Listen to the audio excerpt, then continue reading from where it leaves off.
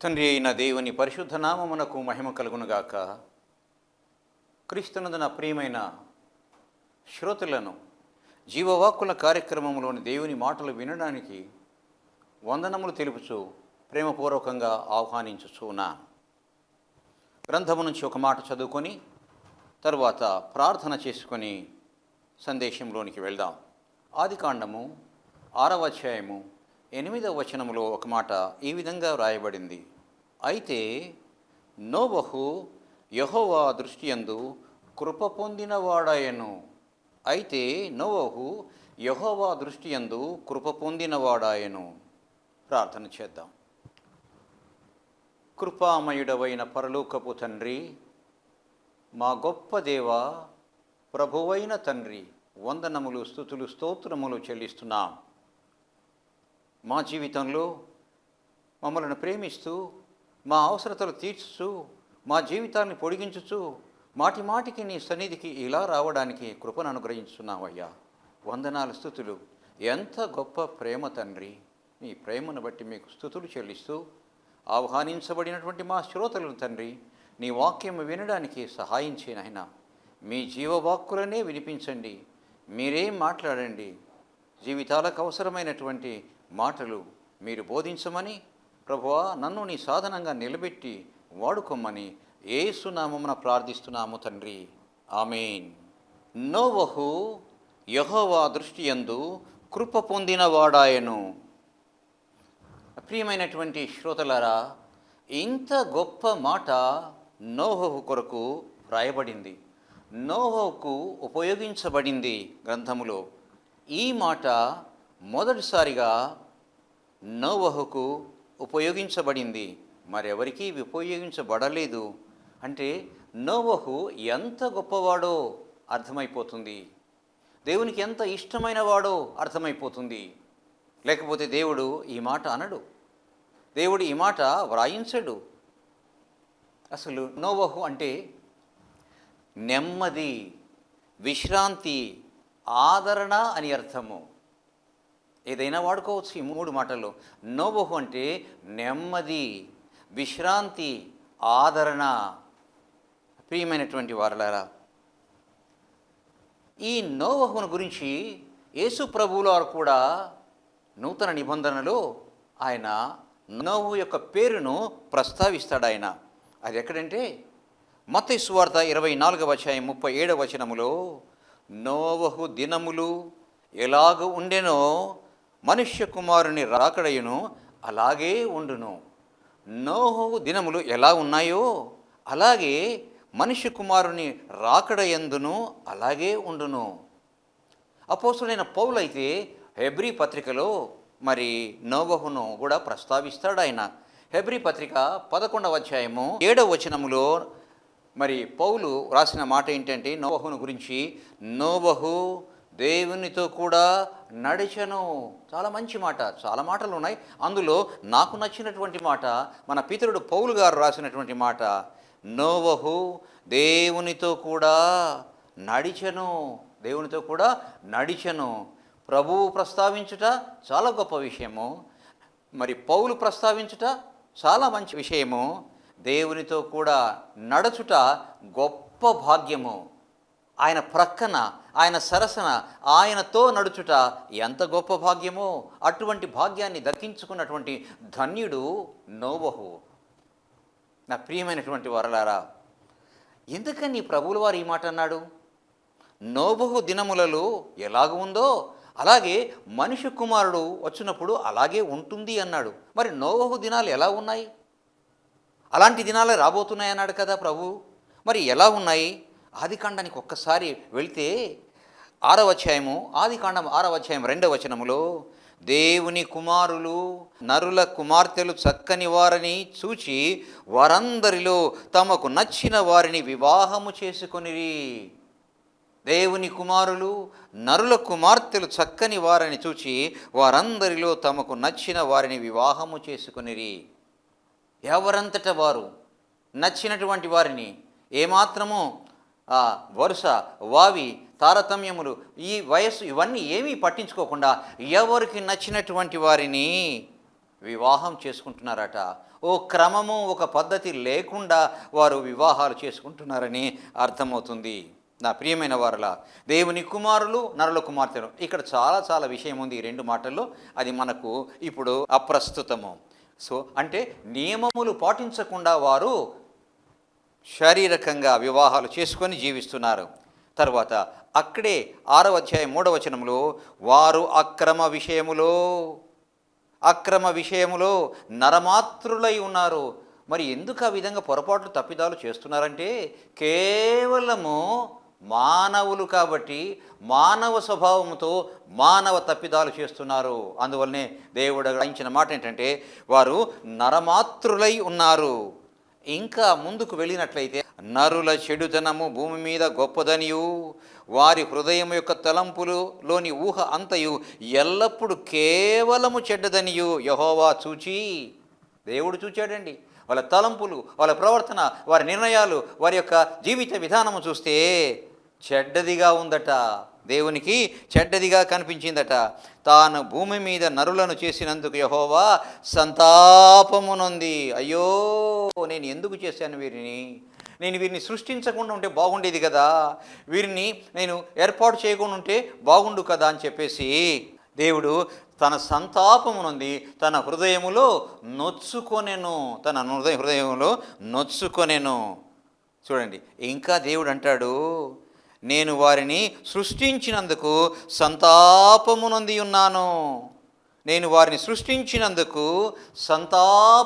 ఉన్నాను. అయ్యో, నేను ఎందుకు వీరిని సృష్టించానని చెప్పేసి సంతాపమునందాడట. ఇంకా కొంచెం ముందుకు వెళ్తే ఆదికాండము 6వ అధ్యాయం 11వ వచనములో, భూలోకము దేవుని సన్నిధిలో చెడిపోయి ఉన్నది. ఎంత పాపపు జీవితాలు జీవిస్తూ ఉంటే, లోకము ఎంత భ్రష్టు పట్టిపోయి ఉంటే దేవుడు ఈ మాట అంటాడండి. కరుణామయుడే, దీర్ఘశాంతుడే, ఆయన తొందరపడడే, మరి ఎంత ఓపిక కలిగినటువంటి ఆయన ఈ మాట అన్నాడంటే, భూలోకము ఎంత చెడ్డగా చెడిపోయి ఉంటుందో కదా. 6వ అధ్యాయం 12వ వచనంలో, భూమి మీద సమస్త శరీరులు తమ మార్గములను చెరిపివేసుకొనిరి. అంటే సన్మార్గమును చెరిపివేసుకొని దుర్మార్గమైనటువంటి దుష్ట మార్గములో వారు ప్రయాణము చేస్తున్నారట. చూసారా ఎంత పాపపు జీవితము?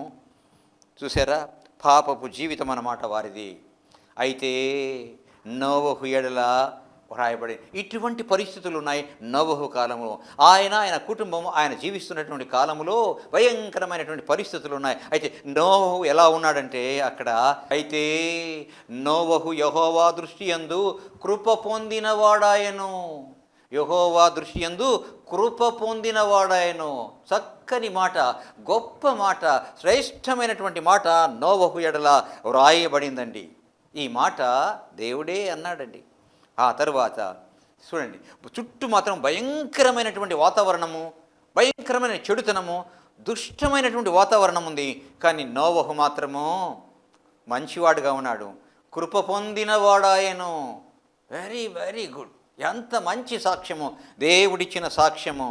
చూసారా, సముద్రములో నీరన్నీ ఉప్పగా ఉంటుంది. ఎక్కడికి వెళ్ళినా సముద్రంలో మొదట కానీ, లోతున కానీ, మధ్యలో కానీ, ఎంత దూరం వెళ్ళినా సముద్రంలో నీరంతా ఉప్పగా ఉంటుంది. అయితే సముద్రంలో ఉన్నటువంటి చేప మాత్రము ఉప్పగా ఉండదండి. చుట్టూ భయంకరమైనటువంటి వాతావరణం ఉంది నోవహుకు. అయితే నోవహు కృప పొందినవాడాయను.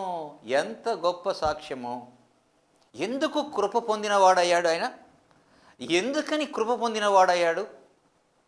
కృప పొందడానికి ఏ లక్షణాలు కలిగి ఉండాలి? ఏ లక్షణాలు ఉన్నట్లయితే దేవుడు తన యొక్క కృపను అనుగ్రహిస్తాడు తన బిడ్డలకు? చూద్దాం. అటువంటి కృప పొందడానికి నోవహు యొక్క జీవితము ఎలాంటిది? నోవహు యొక్క జీవితాన్ని చూద్దాం. మొట్టమొదటి మాట, నోవహు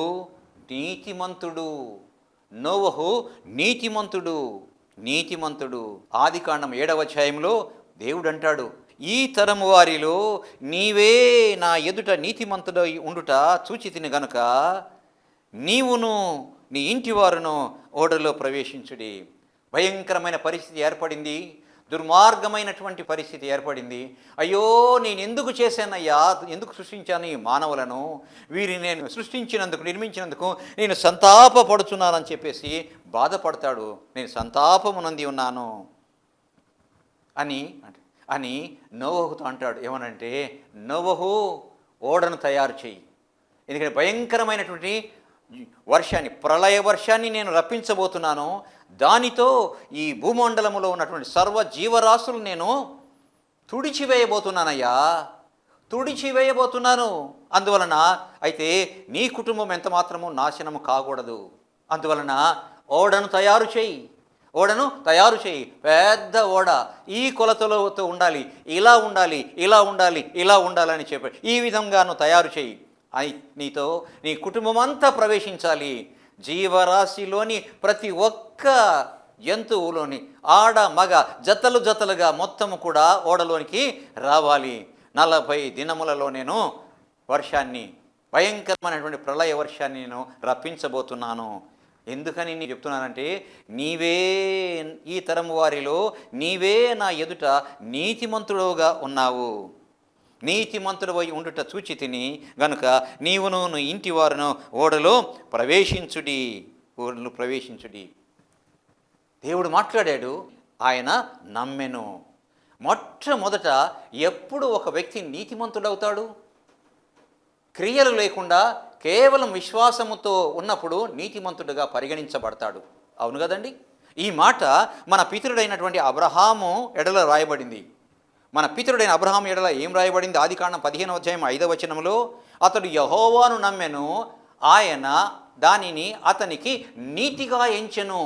చెప్పాడు ఒక్క మాట, నువ్వు బయలుదేరి వెళ్ళు నీ దేశాన్ని నుంచి. నమ్మాడు. యెహోవా మాట నమ్మెను, అది అతనికి నీతిగా ఎంచెను, నీతిమంతుడైపోయాడు. ఇక్కడ మొట్టమొదటి మాట చెప్పాడు, ఓకే అలాగే ప్రభువా, తల ఉంచాడు, అంగీకరించాడండి. కాబట్టి నీతిమంతుడు ఇంకా నీతిమంతుడు ఎప్పుడవుతాడంటే, నా ప్రియమైనటువంటి వారలారా, ఆయన చూడండి, ఎప్పుడైతే దేవుని మాట వింటారో, అనుసరిస్తారో, అప్పుడు నీతిమంతులు అవుతారు. ఇంకా హెబ్రీ పత్రిక 11వ అధ్యాయంలో 7వ వచనంలో అపోస్తులైనటువంటి పౌలు రాసినటువంటి మాటను ఒకసారి జ్ఞాపకం చేసుకుందాం. విశ్వాసమును బట్టి అది వరకు చూడని సంగతులను గూర్చి దేవుని చేత హెచ్చరింపబడి భయభక్తులు గలవాడై తన ఇంటి వారి రక్షణ కొరకు ఒక ఓడను సిద్ధము చేసెను. విశ్వాసమును బట్టి నమ్మాడు, తన ఇంటి వారిని రక్షించుకోవడానికి దేవుడు చెప్పినట్టుగా ఓడను సిద్ధము చేసెను.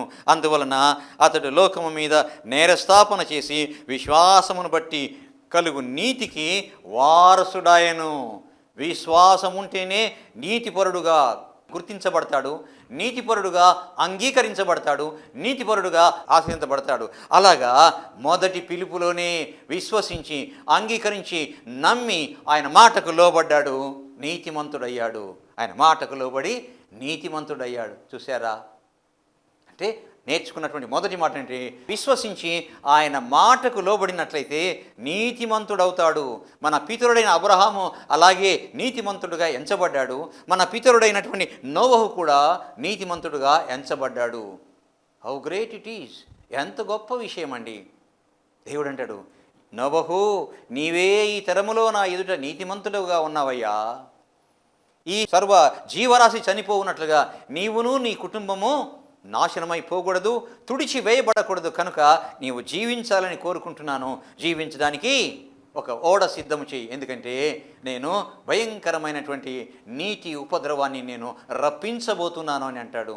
నమ్మాడు, విశ్వసించాడు, ఆయన నెరవేర్చాడండి. దేవుని యొక్క మాట ప్రకారము చేశాడు. కనుక నీతిమంతుడైనటువంటి వాడు దేవుని యొక్క కృప పొందుతును. ఒక్క మాట నేర్చుకున్నాము. రెండవ మాటకు వెళ్దాం. రెండవ మాట ఆదికాండం 6వ అధ్యాయంలో 9వ వచనంలో ఈ మాట వ్రాయబడింది, నోవహు నిందారహితుడు, ఈ తరము వారిలో నిందారహితుడై ఉండెను. ఇది స్వయముగా దేవుడే ఇచ్చినటువంటి సాక్ష్యంలోని ఒక మాట. Is a perfect man, blameless man, నింద లేదు. నా ప్రియమైన వాళ్ళరా, ఇంత గొప్ప మాట నోవహుకు మాత్రమే వ్రాయబడింది. ఈ తరము వారిలో నీతిమంతుడవని ఆ మాట నోహో కొరకు వ్రాయబడింది. ఇక్కడికి వచ్చేటప్పటికల్లా ఇంకొక మాట, ఈ తరము వారిలో నిందారహితుడవై ఉండెను అని నోహో కొరకే దేవుడు వ్రాయించాడు. దేవుని యొక్క సాక్ష్యములోని ఒక మాట ఇది. అబ్రహాము ఎడల కూడా ఈ మాట రాయబడింది. జ్ఞాపకం చేసుకుందాం మన పితరుణ్ణి. అబ్రహాము ఎడల ఎలా వ్రాయబడిందంటే ఆదికాండం 17వ అధ్యాయం 1వ వచనంలో, నా సన్నిధిలో నడుచుచు నిందారహితుడవై ఉండుము, నా సన్నిధిలో నడుచుచు నిందారహితుడవై ఉండుము. నోహు విషయంలో నిందారహితుడు అని చెప్పేసి ఆయన రాయలేదు. ఈ తరం వారిలో నిందారహితుడవై ఉండెను, నింద లేకుండా ఉన్నాడు. ఇక్కడ అబ్రహాం విషయంలో నిందారహితుడవై ఉండుము అన్నాడు. అంటే నిందతో ఉన్నాడు కాబట్టి నింద లేకుండా ఉండు.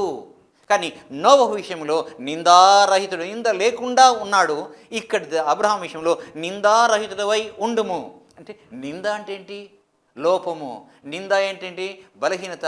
నింద అంటే ఏదో ఒకనటువంటి తక్కువ నింద, లోపము ఏదో ఉంది. అయితే నోవహు నిందారహితుడై ఉన్నాను. అబ్రహాం విషయంలో ఏదో లోపము, ఏదో పొరపాటు, ఏదో తక్కువ, ఏదో తప్పిదము ఉంది అని అర్థము. అంత గొప్ప పితామహుడైనటువంటి ఆయనలో ఏదో నింద లేక పొరపాటు, ఏదో లోపము ఉంది అని దేవుడు గమనించి ఆ మాట అంటాడు అబ్రహాం ఎడల. కానీ నోవహు ఎడల మాత్రము ఏమాత్రము సందేహము, సంశయము లేకుండా ఈ తరము వారిలో నిందారహితుడై ఉండెను అంటాడు. ప్రియమైన వారలారా, చూసారా, అబ్రహామును నిందారహితుడిగా మార్చడానికి ఆ మాట అంటాడు ఆదికాండం 17వ అధ్యాయంలో. ఏ నింద తొలగించుకున్నాడు ఆయన? సంపూర్ణమైన సమర్పణ లేదు, సంపూర్ణముగా దేవుణ్ణి విశ్వసించలేదు. ఎప్పుడు దేవుడు మాట్లాడినా సరే బలిపీఠం కట్టి బలి అర్పించి ప్రార్థన చేస్తాడు. దేవుడు బలి తీసుకుంటాడే కానీ దేవుడు చేస్తానన్నటువంటి మాట ప్రకారము ఆయనకు చేయలేదు, అబ్రహాముకు చేయలేదు. ఎందుచేతనంటే సంపూర్ణ సమర్పణ కానీ సంపూర్ణమైన విశ్వాసము లేదు. ఏంటది? బలి అర్పిస్తున్నాడు కానీ హృదయార్పణ చేయలేదు. 17వ అధ్యాయంలో వెంటనే అంతవరకు దేవుడు మాట్లాడినప్పుడు అబ్రహాము బలి అర్పించకుండా దేవుని ఎదుట సాగిలపడతాడండి. అంటే సంపూర్ణ సమర్పణ చేసుకుంటాడు. అప్పుడు దేవుడు అబ్రహామును ఆశీర్వదిస్తాడు. అబ్రహాము యొక్క పేరు అబ్రహాముగా మార్చేస్తాడు. ఆ తర్వాత బిడ్డలను అనుగ్రహించాను పో అంటాడు. కానీ నోవహు విషయంలో అలా కాకుండా ఏమాత్రము మార్పు అవసరం లేకుండా సంపూర్ణముగా నిందారహితుడుగా ఉన్నాడు. నా ప్రియమైనటువంటి వారలారా, ఇంత గొప్ప సాక్ష్యపు పలుకులు పలికినటువంటి నోవహు మనకు ఆదర్శవంతుడు. కృప పొందడానికి మొదటి మాట, నోవహు నీతిమంతుడై ఉండెను. నా ప్రియమైన వారలారా, నీతిమంతుడై ఉండెను.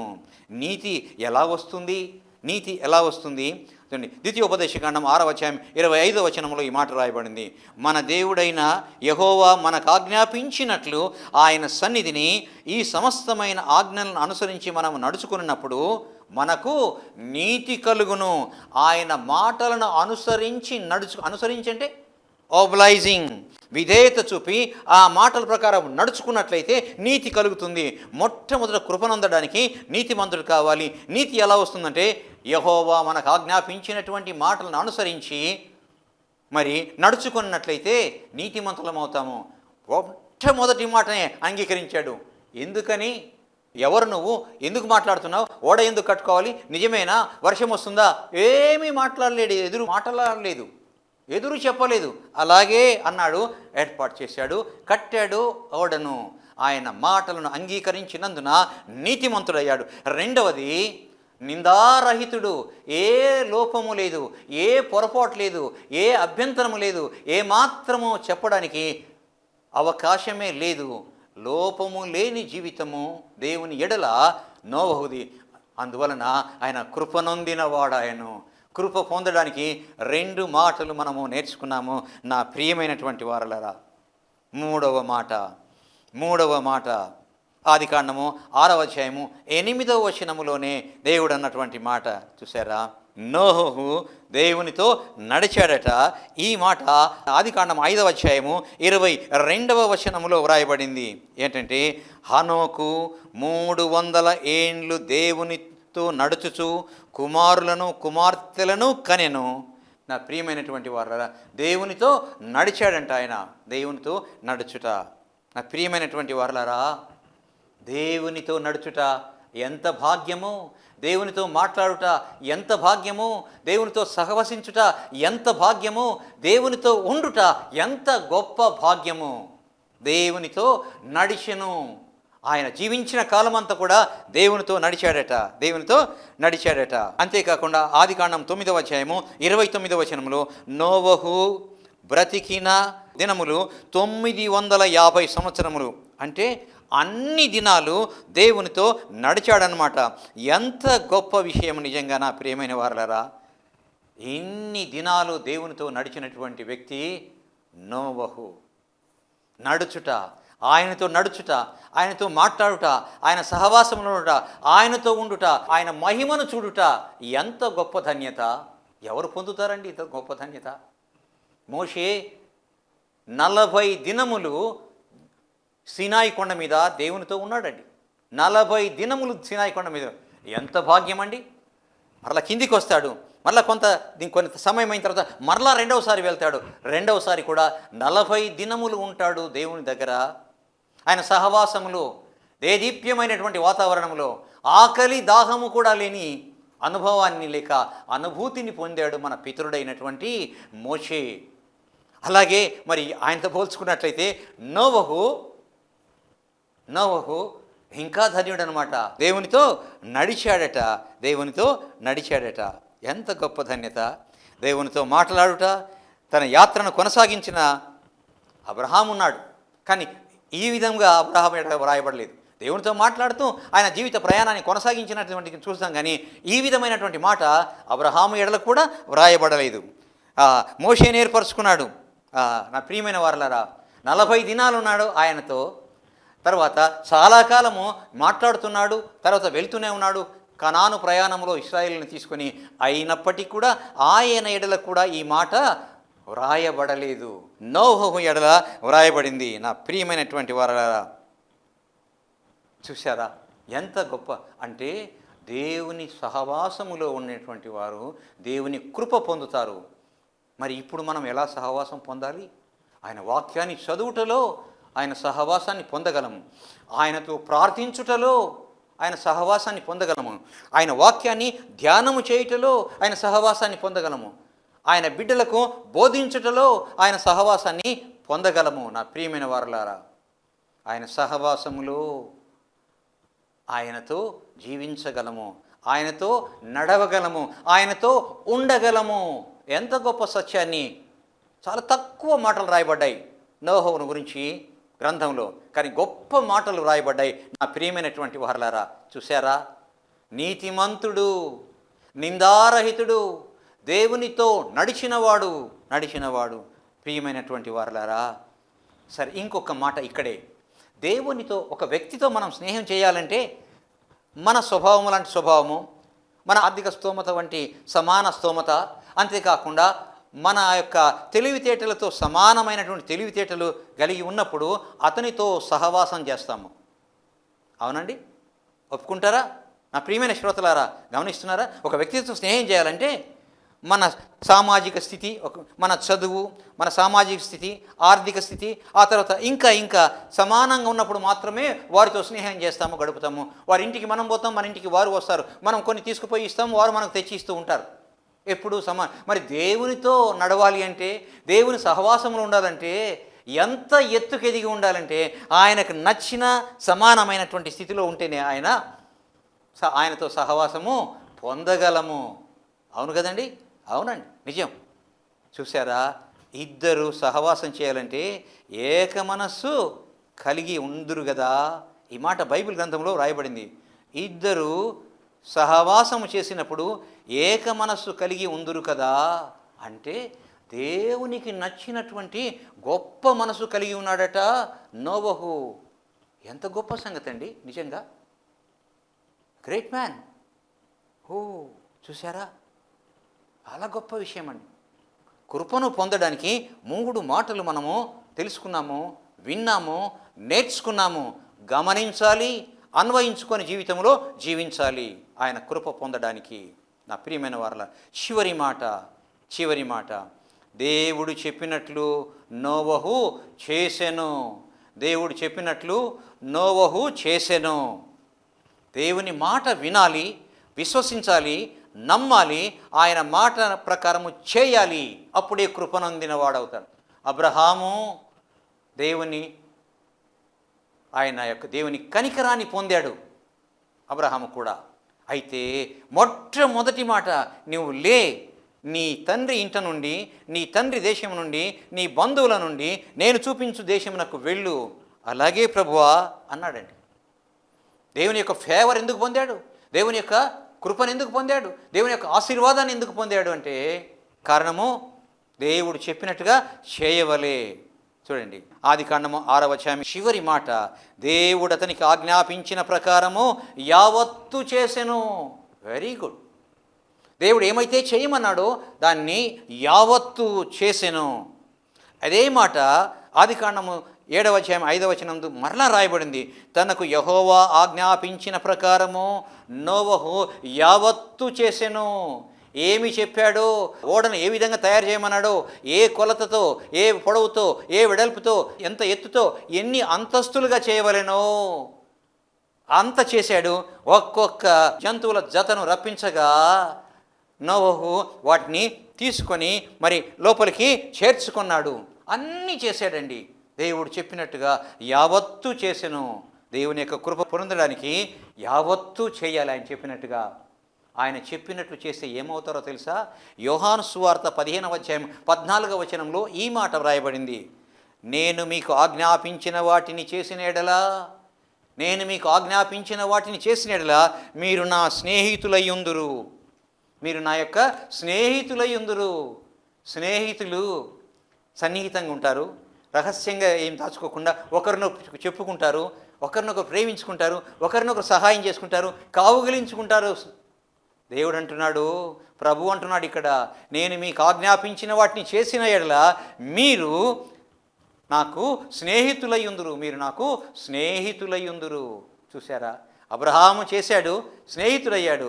యేసుప్రభు అంటాడు, మీరు ఈ చేస్తే నాకు స్నేహితులై ఉంటారు అని అంటాడు. నా ప్రియమైనటువంటి వారలారా, ఇంకొక మాట చెప్పి నేను ముగిస్తాను. ద్వితీయోపదేశకాండము 7వ అధ్యాయము 12వ వచనంలో ఈ మాట రాయబడింది, మీరు ఈ విధులను విని వాటిని అనుసరించి నడుచుకునే ఎడల నీ దేవుడైన యెహోవా తాను నీ పితరులతో ప్రమాణము చేసిన నిబంధన నెరవేర్చి నీకు కృప చూపును.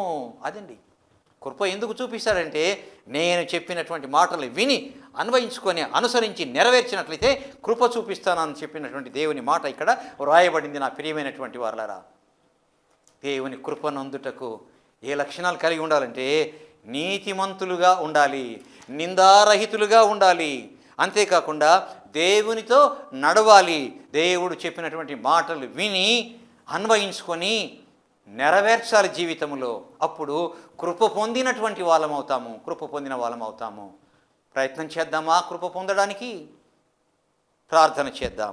ప్రభువైన దేవా, కృపగల తండ్రి, కృపోన్నతుడా, ఆయన విస్తారమైన కృపా సంపదను కలిగి దీవించడానికి, ఆశీర్వదించడానికి ఎల్లప్పుడూ సిద్ధముగా ఉన్నటువంటి మా దేవా, నీకు వందనములు, స్తుతులు, స్తోత్రములయ్యా.